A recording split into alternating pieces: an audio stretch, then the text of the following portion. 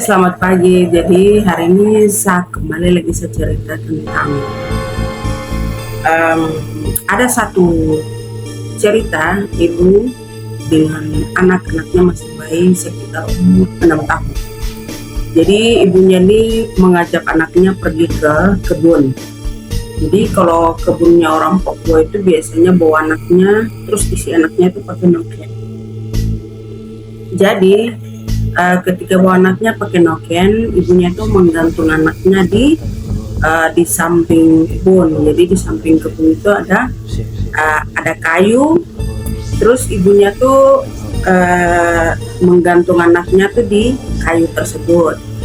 Nah setelah itu ibunya tuh sibuklah bekerja karena tanahnya itu besar,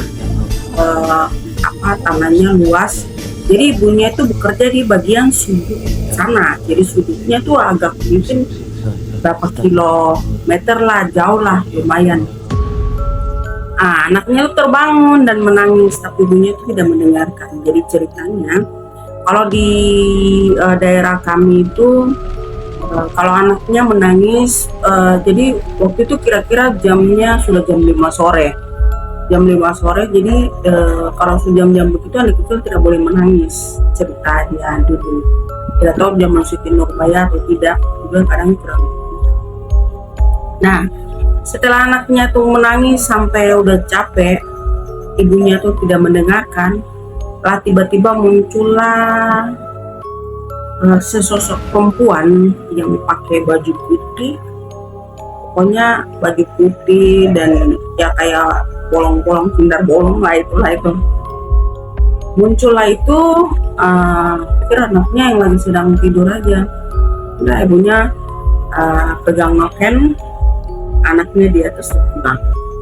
Malam anaknya tuh tidak menangis, tidak apalah begitu. Terus selama 2 hari.